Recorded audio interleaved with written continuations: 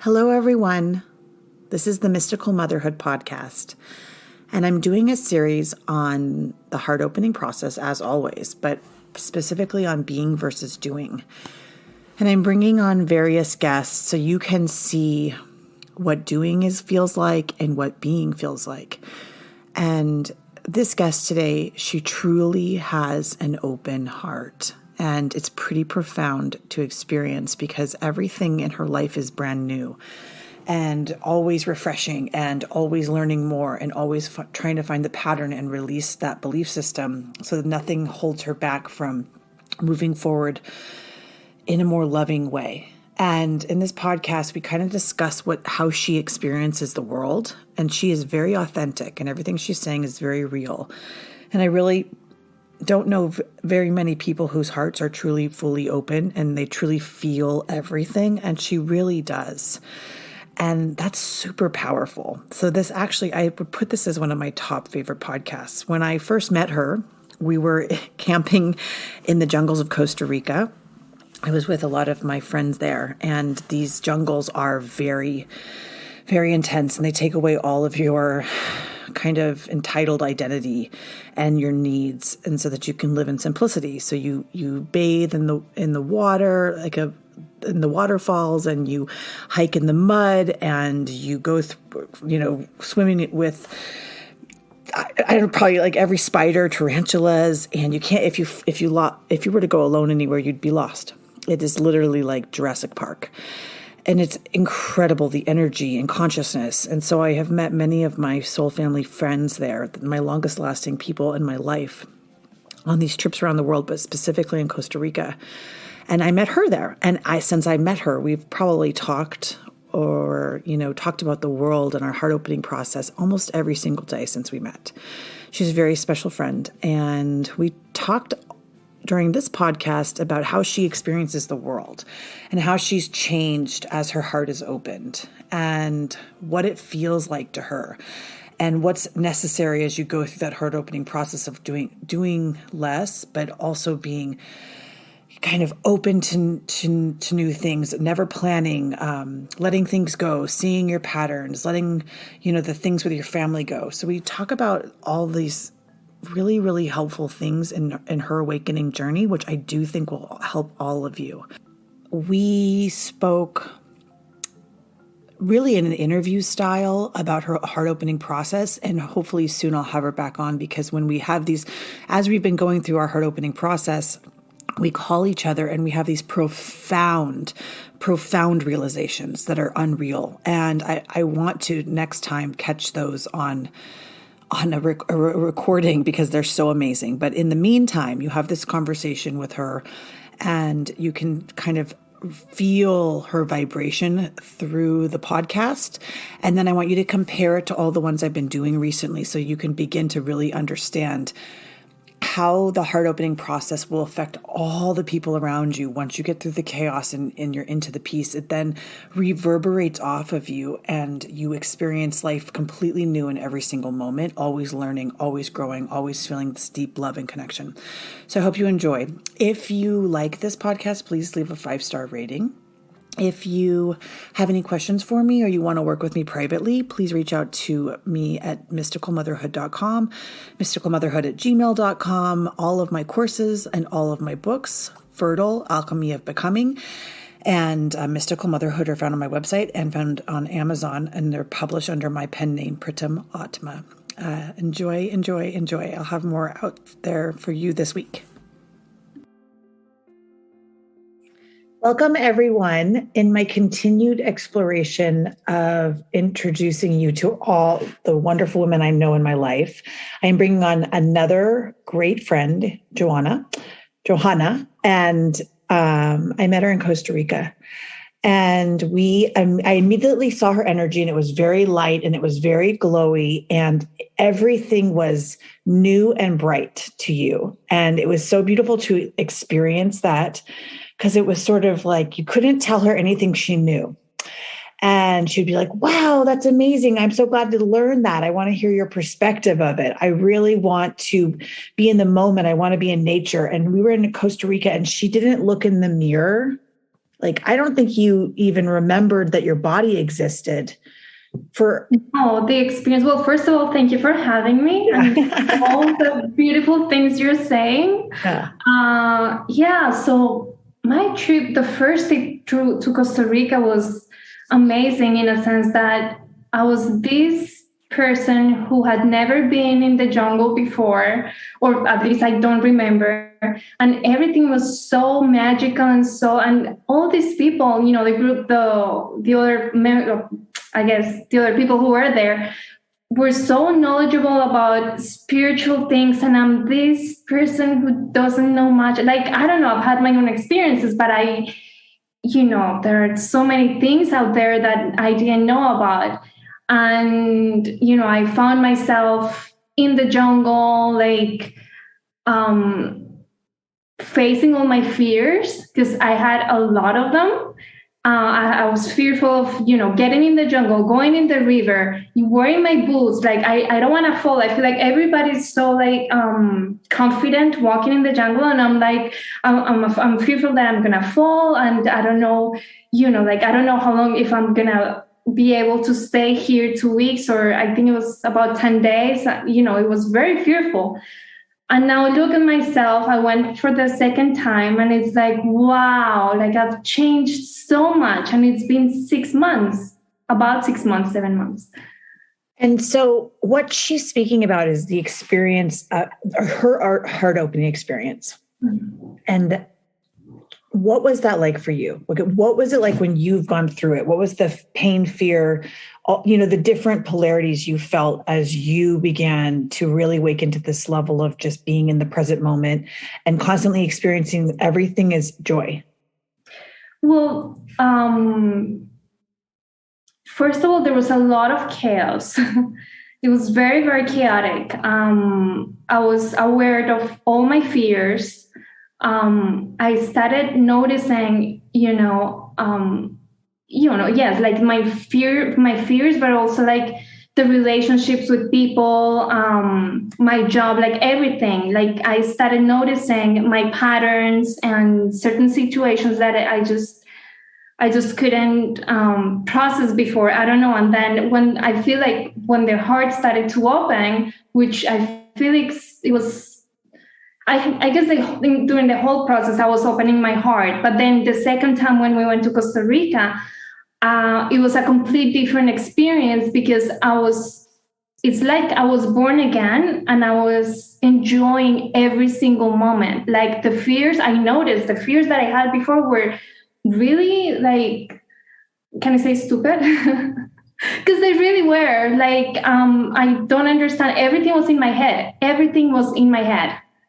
And this time when I went back, I noticed I was born again, and I'm enjoying the river and just the little things, just going back to the river for me was like, wow, this experience is so amazing. And just, interacting with other people. I'm not fearful about talking or feeling or expressing myself. I couldn't do this before. I don't know if I was shy or what was it, but there was this wall that I built in front of me, and the interaction with other people was very difficult for me before. And now, this person who's like open, and I feel like I'm not walking, I'm just jumping from person to person. I feel like I'm flowing, and like, I don't know, it's just floating, or very different.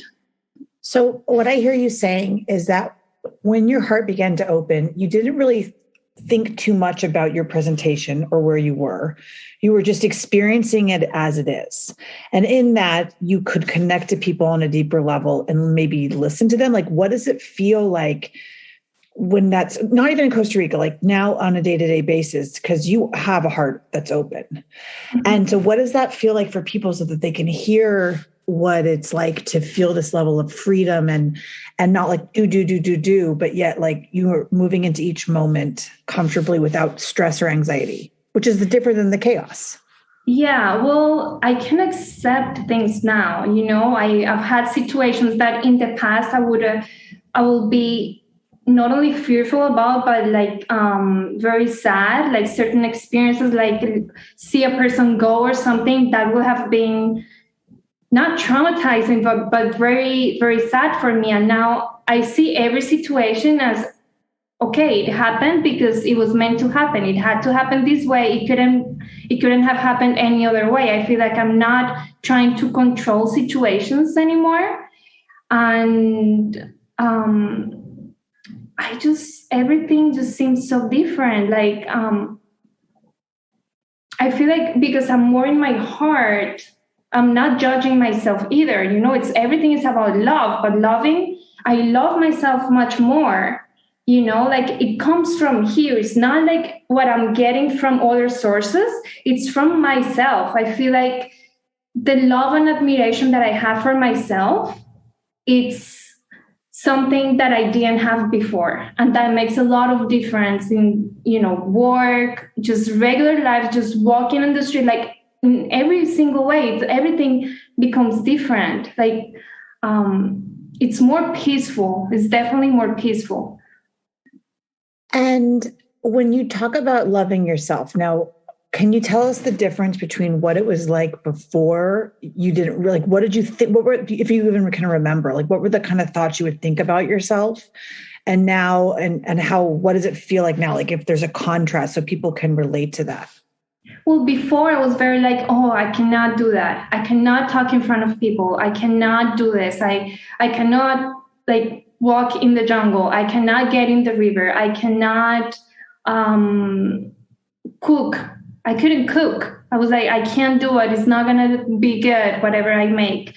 And now it's like, yes, I can do that. I can do this. I can do, I'm more, as I said before, I feel like I was born again. And I'm even taking swimming classes. And that's part of the change, like I can do this. I can do every single thing that I couldn't do before. I can do now. And I feel like not only can, like I'm willing to. Starting with the little things like cooking. I can do it now, and I'm taking better care of myself, which before I wouldn't do. As you're going through this, when you're in the state of harmony, which is what it's called, right? Things just move. You're not in your head as much. You're cooking. You're not thinking about time. You're not anxious about things that are going to happen. What does it feel like to your body when you go out of harmony? And what kind of things bring you out of harmony still so that you have to go back in? I think at times, to me, it's fear. Anytime I feel fear, I'm in my head. And then I realized that my fears are in my head. I make them up. They're not real.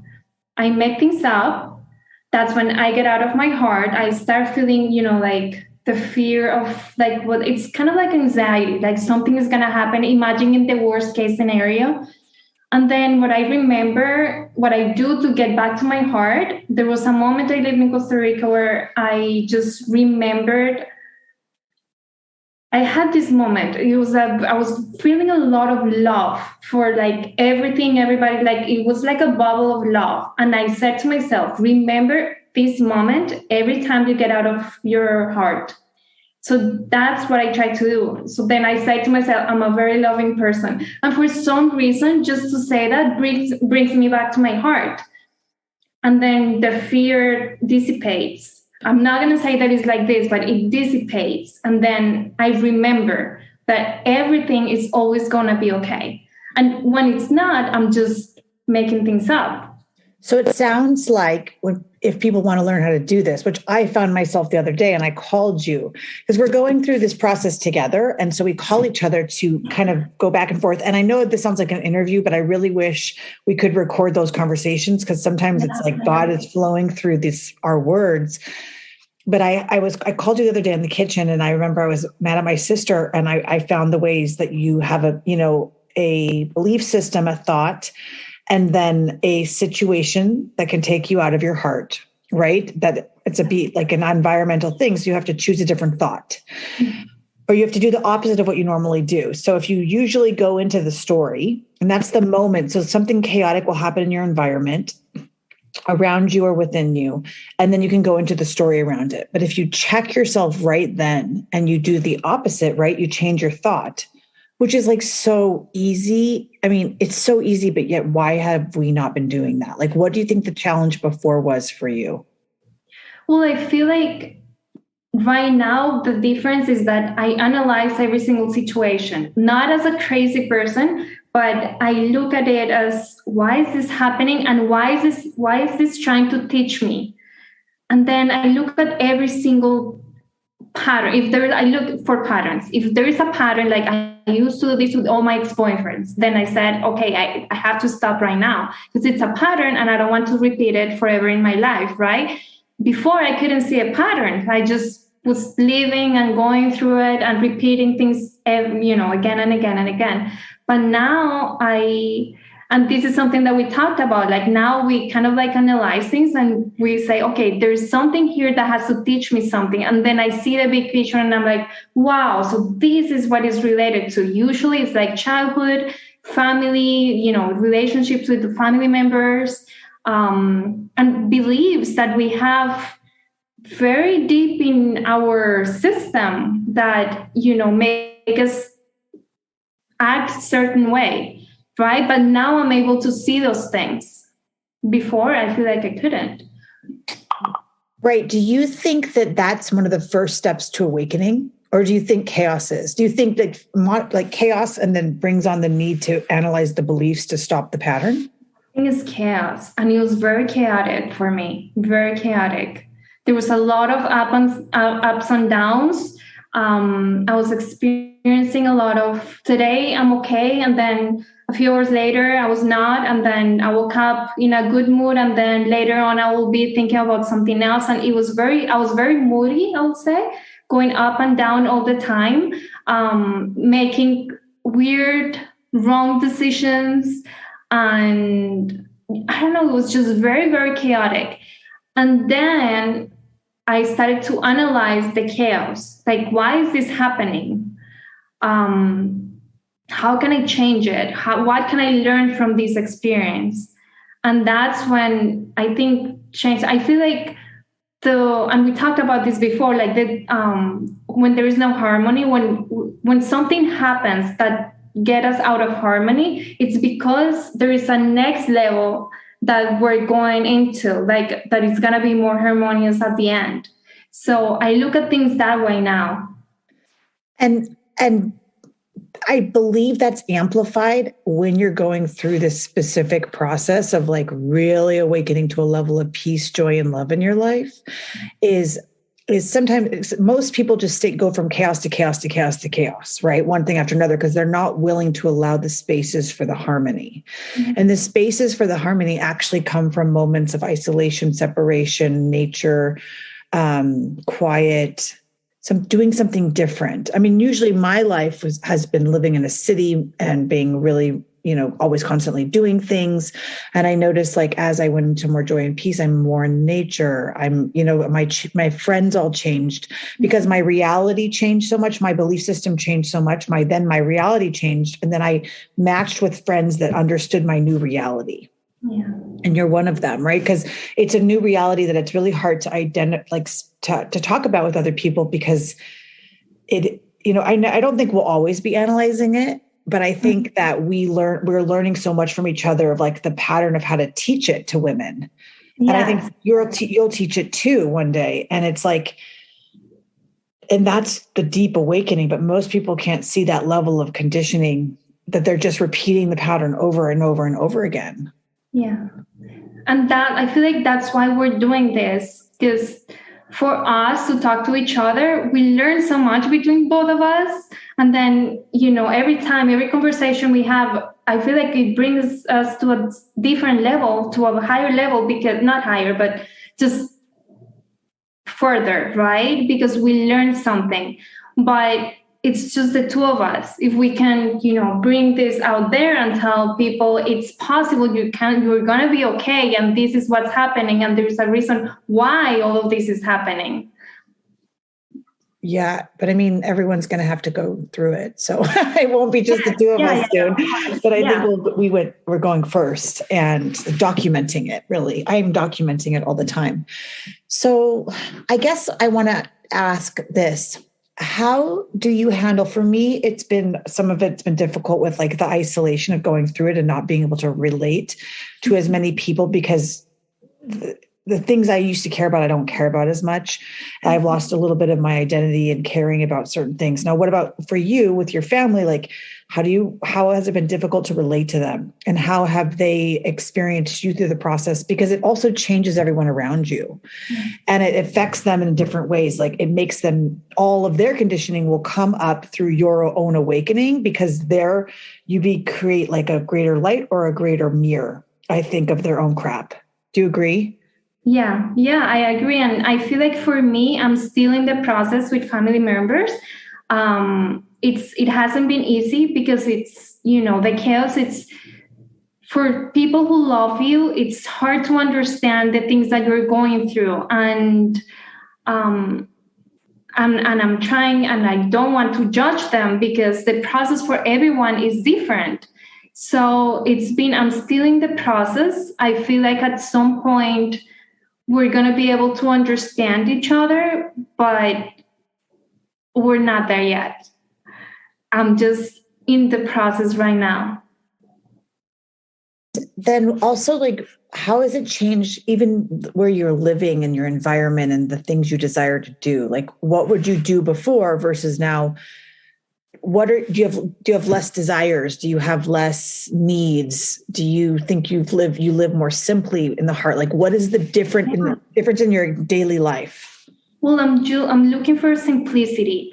And the first thing that I did when I got back from Costa Rica was I sold my car. And my car to me meant a lot. Like, I really liked my car and I enjoyed driving my car. And it was like this huge thing that my family still can't understand. I just got back from the trip and I said, I don't need a car. I'm working from home. Work is just 10 minutes from here and I don't need to go in everywhere every day. So I just got rid of it. And I've been super happy since I did that. And I just feel like I just want to simplify life less, start all this. We accumulate so many things. We live in this culture of accumulating things.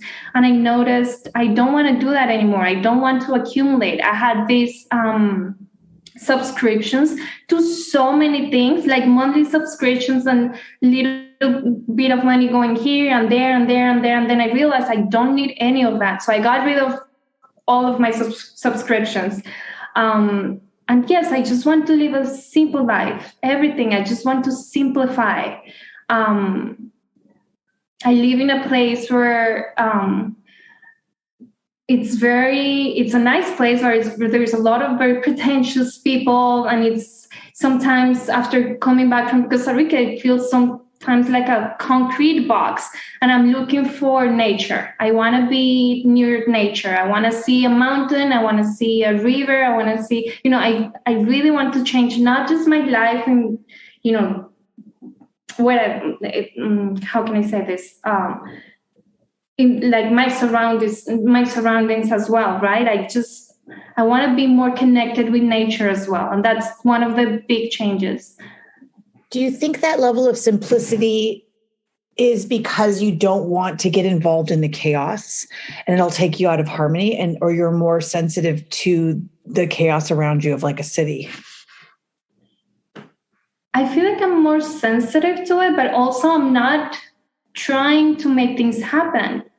I'm not looking for change or probably am, but not actively. I feel like things are just happening as I go. Like selling my car, it was just an idea that I had one day, and then, okay, I'll sell it. And I went online and I sold my car. And it's been like that. Like, I just get hints of things that I might want to do, but I'm not looking, desperately to making changes. It's happening. Yeah, you're not like panic. Like, for example, the example I have right now is I just realized the kids are going to be with their dad for a week in February. And I was like, oh shit, like I go somewhere. I didn't even know. Like, the old me would have planned that out 6 months ago and been researching a trip and I on the urge and the need to leave and the need to do. And now I'm like, I don't even know what to do. Like, I'm happy. I don't know where to go. Like, I don't know what to do with myself, Yeah, that's one of the big things. I don't plan anymore. I don't need to plan anymore. I don't need to organize every single thing. Like, this is what I'm going to do. When I travel, I buy one-way ticket. And then I'll decide what's going to happen when I'll get back. If I get bored, I'll come back. If not, I'll stay longer. But I don't want to control things anymore. Yeah, I'm releasing the need of control. And what did it feel like before when you had all that control? Like what do you even remember? Like, do you have a memory of like the difference so people can understand the difference of the emotion, like your emotional changes? That's a good question. Like, how was it before this and then after with, for example, travel or control? What does the feeling feel like in your body? I feel right now I feel free. It's freedom. We have all this, it's the conditioning. We have all these beliefs that we have to do things certain way. But when you let that go, you feel free. And that's where I feel freedom. And you know what it's like? Who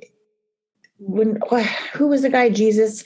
And he said, you'll become like children in the kingdom of heaven. And that's why when I first opened the podcast and I was speaking about your energy, and it's just like the wow, and that's great. Oh my gosh, that's so cool. Or look at this waterfall. Or, oh my gosh, I read this book. Holy moly, have you seen this picture? It's like everything's new and surprising as if you've never learned it before, because you don't have a deep sense of like who you are. It's almost like you're becoming a new person in every moment. And that's what I think that childlike heart opening is about. It's just a joy of, I'm going to eat my, like everything's new in every single moment. Is that what it feels like for you? That's exactly how I feel like I'm a new person. I was born again. I'm experiencing every single thing as if it was the first time, and I'm a child and I've never seen this before. And it's such joy. Every single thing I do is like so joyful and so fun to do. And I have much more energy. Even when I talk, it's different. Before I used to be like very like quiet and just, I don't want to bother, and I don't know. But now I'm like, not that I want to bother, but I'm happy to be myself. I'm recognizing myself as an amazing human being that I couldn't see before. And that makes a huge difference.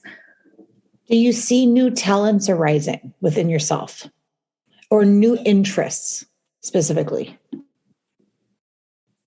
Probably, I feel the biggest thing is that since I'm not fearful anymore, I want to do things. I want to experience things. I want to try new things.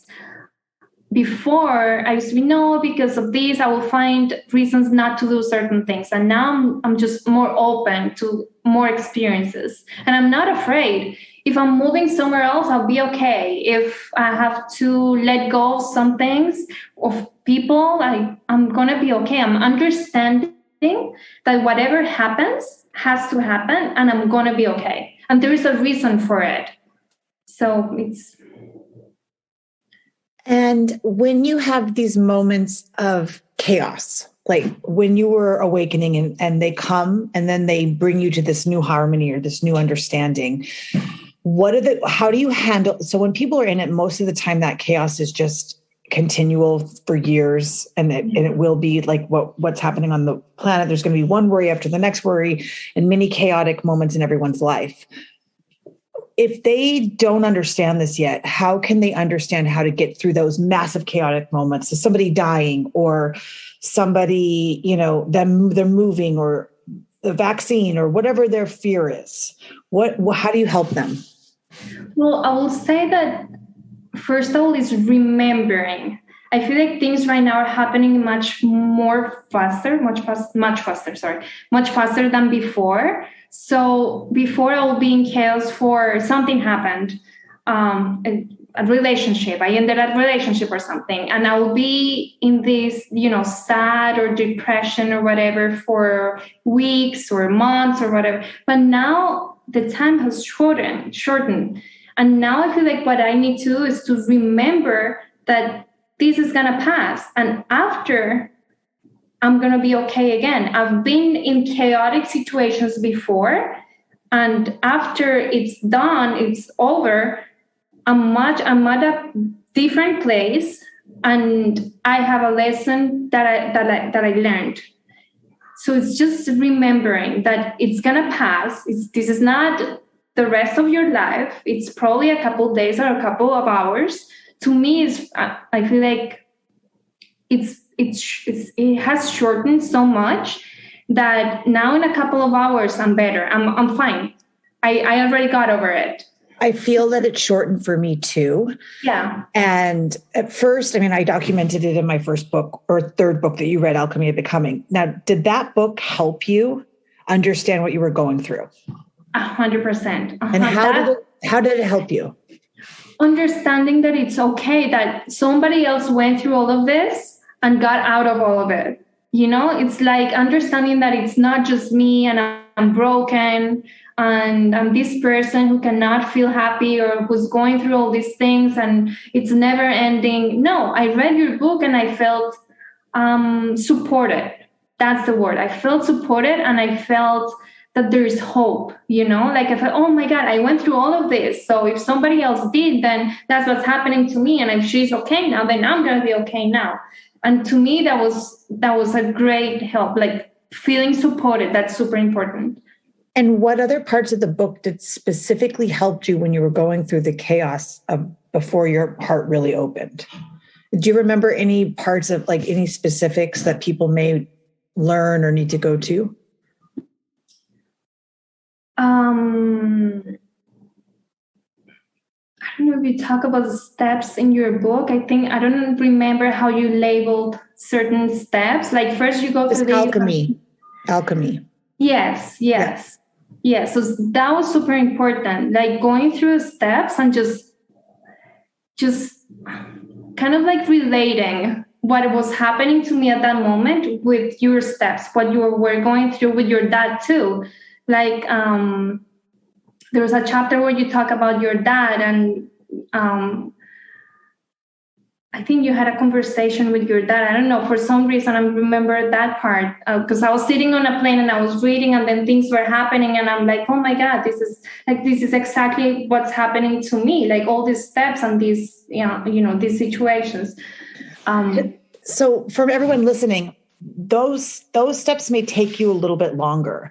And then once your heart really breaks and you can see the pattern, you can really see the story. So it's really important to understand that the identification of the stories that you like to play out, particularly the bigger ones in your life, need to be identified. And then once you can see it, those stories will shorten in your mind. And they don't, you just walk away from the story. You leave the story. You start to do the opposite of your programming. You start to think the opposite. And it's really about becoming completely opposite of what you were born to be. Mm-hmm. And then those chaotic situations will come to test you again. And then you won't have the same reaction anymore. And then they just disappear. And so then you have to get used to not having the chaos in any form. In any form at all. I mean, right now it's just little tiny things. And my heart is so sensitive now that even the tiniest thing will shake me. So until that won't even happen, I believe in the future, right? It's just different. The presence is different. And then after the heart is really open, what I'm feeling now is my inner body more. I feel like I'm glowing more. I cut my hair off so I don't have to do it because I want so much to do. I want even more simplicity. Like my hair was a part of my identity and I used to have it very long and I always do it every day and it was so pretty. And then I just cut it all off. But it was also, it created more simplicity for me. Even in that became more simple. Yeah. But I've noticed today, like, the inner glow of my body, like I feel my body more. Mm-hmm. And I don't have as many thoughts that drive me down some storyline. And I can witness other people's experiences on a very, very deeper level. So I had a friend call me that's really upset, another chaotic moment. And I've been there. And I'm just holding space for that more. And it's happening so fast where she can calm down in that moment. And it changes her. Right. I mean, then when I call you, if I'm having one, it's like, it's not 2 hours. It's just like 30 minutes. Right. Yeah. I mean, and it's so chaotic because if you think about it, we're letting go a story that has been part of us for our whole life.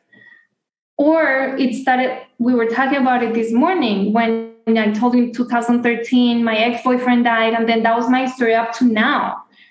And now I can see that I don't need that story anymore. I'm not the person whose boyfriend broke up and then died and whatever. I'm not that person anymore, so I don't care. And because I let that story go, that's not my story anymore, then I become a different person. And I'm open to experience and to meet more people and to go out. And when I talk to somebody, I'm not going to say, oh, yeah, that happened to me or whatever. No, because that's not my story anymore. I'm a different person. And what I realized even more as I've gone through it is so many of the identities will leave.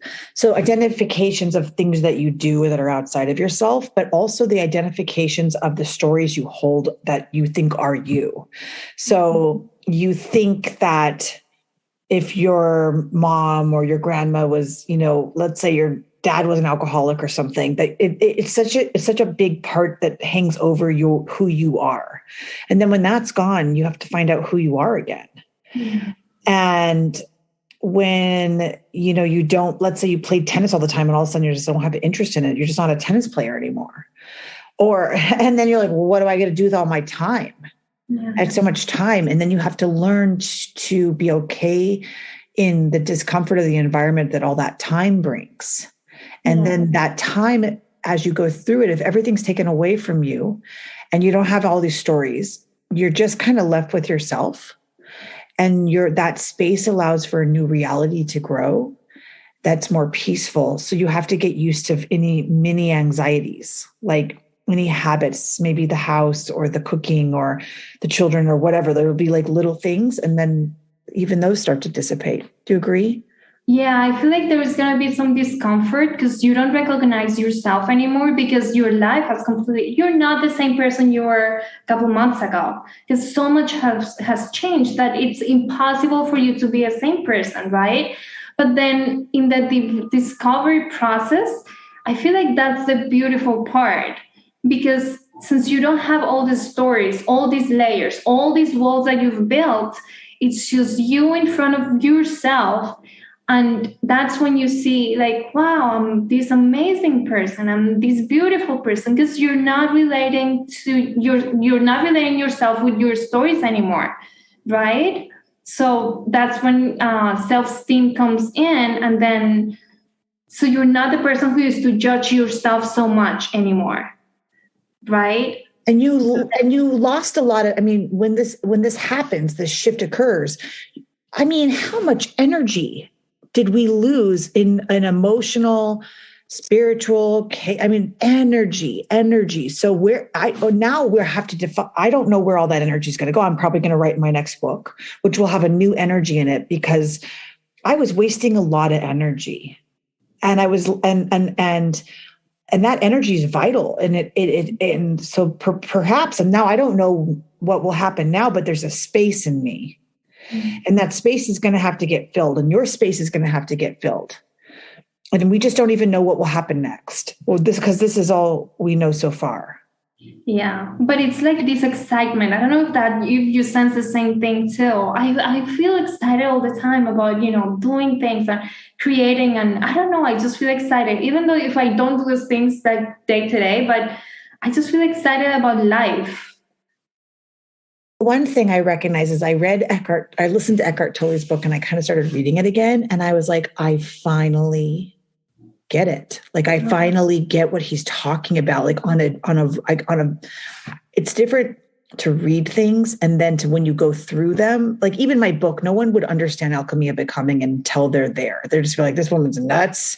She's got some things going on. Right. But then once you're going through it, you're like, oh, this is exactly what I need right now. And but even it's almost like some books are written for the future. Yeah. They're written, and it's the way you find them and the things that you pick up every time if we listen to Abdi, we'll hear different things every single time we listen. Or if we pick up a book, you'll read something different every time.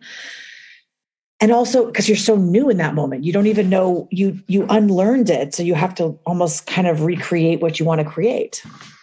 Yes, and now that you mentioned your book, one of the things that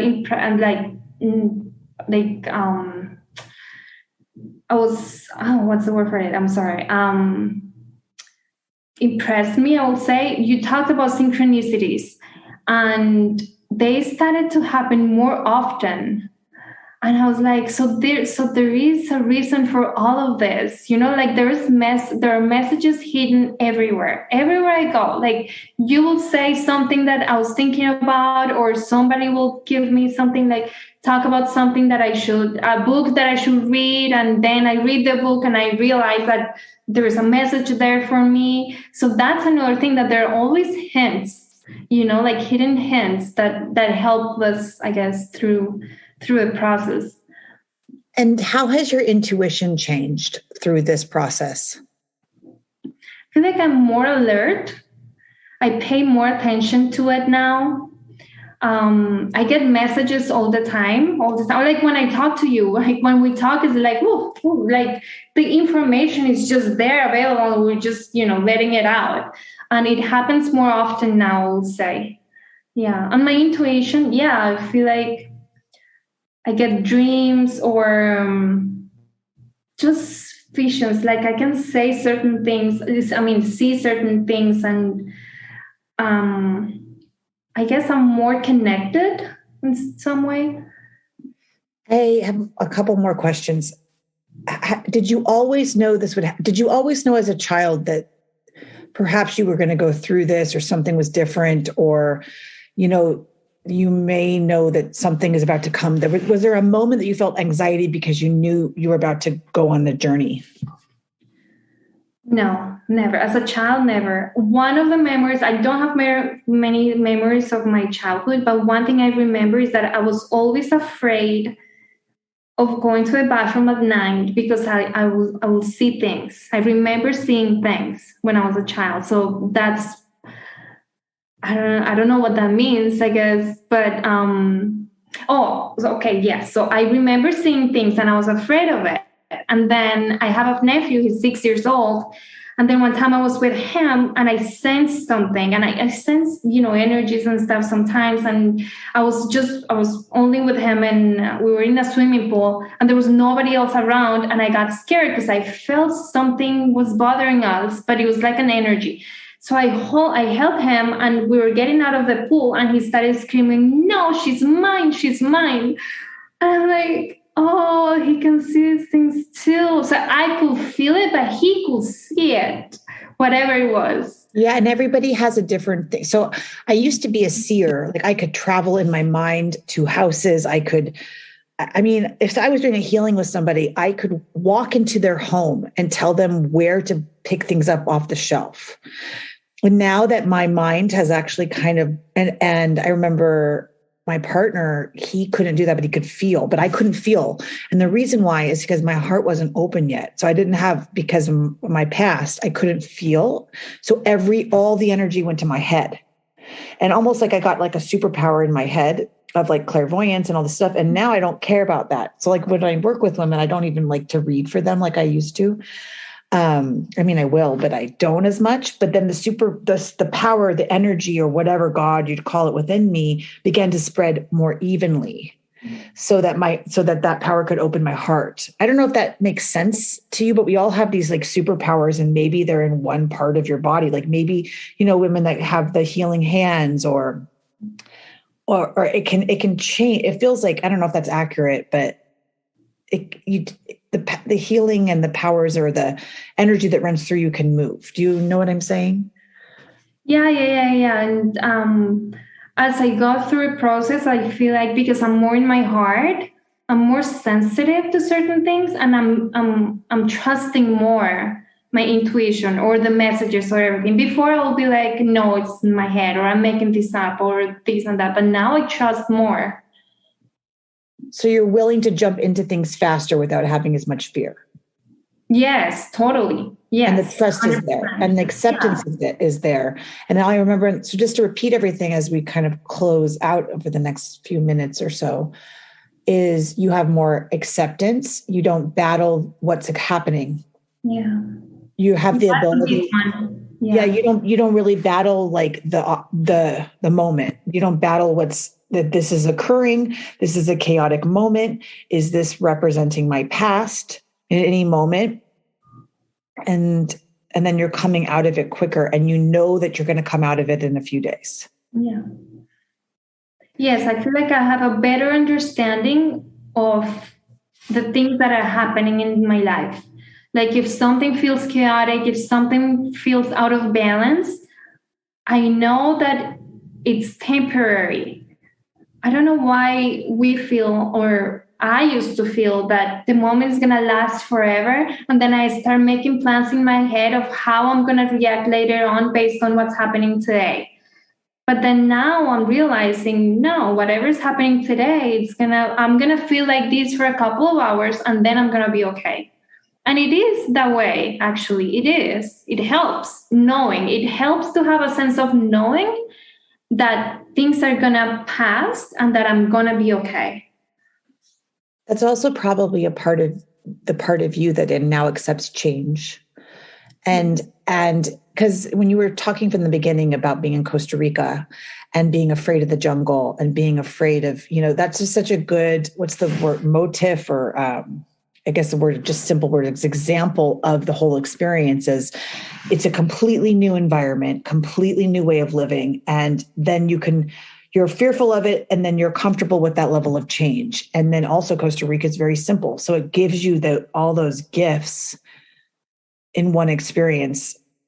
But for me, it did that, Yes, it did. Like in the past, I would have never thought about moving to Costa Rica. And now I'm like, I would love to move to Costa Rica, just being in the jungle, in the middle of the mountain. I don't need electricity. I don't need anything. I'm going to be okay. And I would love to do that. In the past, no way. I wanted, to be in the city and having my car and all these things and, material stuff and accumulating. But no, I'm not that person anymore. And do you find you're like wearing the same clothes, or you have a simpler wardrobe, or you're not buying anything, or that's what you're saying? I'm not buying anything, and my closet, every time I come back, it gets reduced a lot. Like I just, I'm not wearing this. I don't see myself wearing this anymore. Like I just want simplicity, I travel with a carry-on and I can wear the same thing every day and I'm okay with that.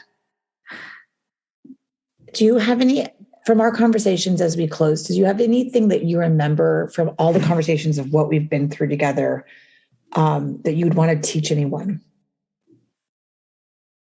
I think the biggest one, and because we've gone through this before many times, is just remembering. All we have to do is to remember when we're in a chaotic situation, just remember that this is not going to last forever. The feeling, I don't understand why. I mean, I understand because we're human, but those feelings when we're fearful or sad or depressed or anything, it feels like it's the rest of our life, but it's not. And all we have to do is to remember that it's going to pass and we're going to be okay. And we also have to remember that situations occur that you either create or happen to you in order to bring those emotions up for healing. And it feels so scary. This is actually the most important thing. All those emotions that you're feeling in those chaotic moments of whatever happens in your life, big or small, losing a job or having a baby or whatever the situation is, a lot of times those are the emotions you couldn't acknowledge as a child.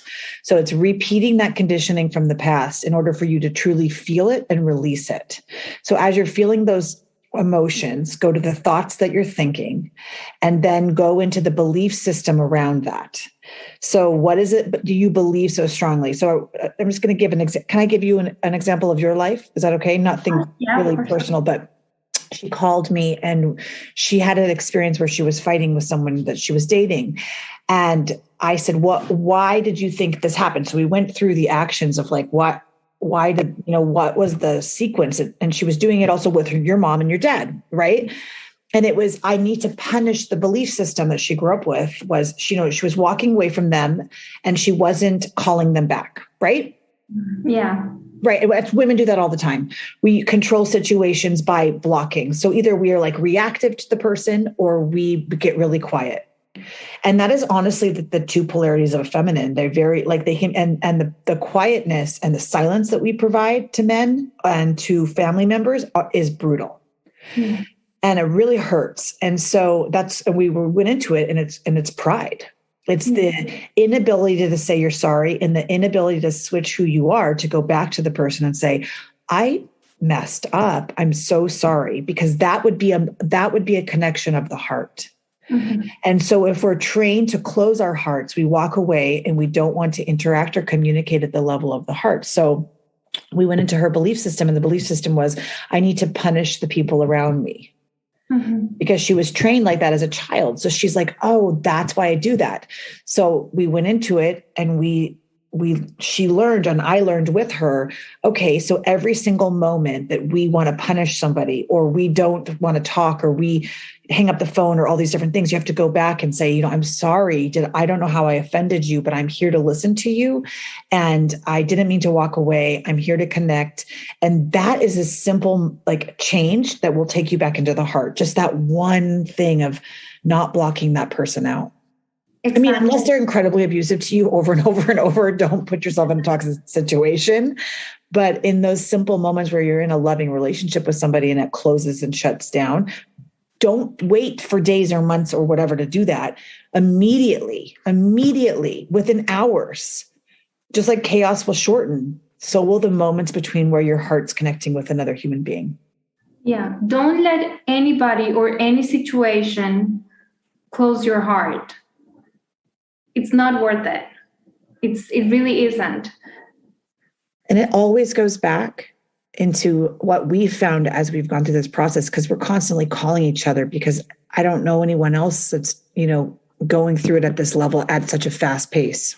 Yeah. I mean, I know more and more people, so we'll have to have you on the podcast more, but I don't know why we haven't done it yet, but it's like, it's these simple moments of always choosing love. And I know that sounds so silly, but it's so important. It's like, I'm not going to pull away from you. I'm not going to be mean to you. I'm not going to be cruel. I'm not going to have anger. I'm going to switch everything I was taught and love you more, even if you show me anger. Mm-hmm. Yes. That's the heart. It's powerful. It is powerful. And then they don't show you anger. You think they're going to, but they don't. Mm-hmm. They may for a minute, because they have to release their emotions like a bird. And then your love will overcome any anger, fear, disappointment in them. Yeah. And you start at some point. So all you have to do is to start, and it's going to feel uncomfortable in the beginning, but then, that need of wanting to punish the other person, it's going to start dissipating. And then you will understand that we don't need to punish anybody. We can all just be in our heart and just be these loving beings that as females we're supposed to be. And also, every belief system inverts upon you. So if you believe that you need to punish other people, there's going to be moments that you believe you have to punish yourself, because the separation, any thought or action that creates a separation is your mind. It is not your heart. So anytime you're going into a belief system that you think is so powerful, every podcast I bring it up, the vaccine versus not the vaccine, Democrats versus Republicans, like anytime you think that one thing is right and there's not another way of looking at it, you're in your mind and you're not in your heart. So if you are fighting with a family member and you're having a moment where you're right. If you think you're so right, you're in your mind and you're not in your heart, and you're creating a sense of separation, and you have to back up, and you have to look at the way you're creating chaos and separation. And then you have to change the thought and then change the belief system.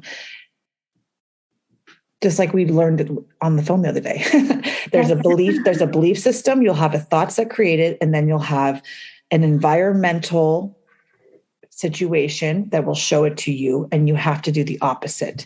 And the environmental situation will show you that there's a sense of separation between you and another. And every time you dissolve that sense of separation between you and another, you're going deeper into your heart, deeper into your heart, deeper into your heart. And it's almost like there was a movie, Inception or something, where they drop and even Matrix, but they drop deeper into this subconscious. And that's like what you can do with your heart. you can drop, there's a deeper level, there's another level, there's another level until it's just pure peace. Yes. And also I feel like we have the power. You said it, like that makes being in your heart makes you powerful, but also like we have the control of the situation. I mean, this story, it's there because we make it up. We make up the stories, right? So then the environment organizes itself to make the story true to yourself. And you have to prove that it's right. And then, so the story has to be proved that it's right. And then your ego has to say, see, I'm right. I'm going to prove my story. And it's so chaotic. And then you create your own chaos. Yeah. Thank you for coming on the podcast. We're definitely going to do it again as we go through this on another level in a few weeks. Yes. Because it's that fast. I appreciate it. Yes, of course.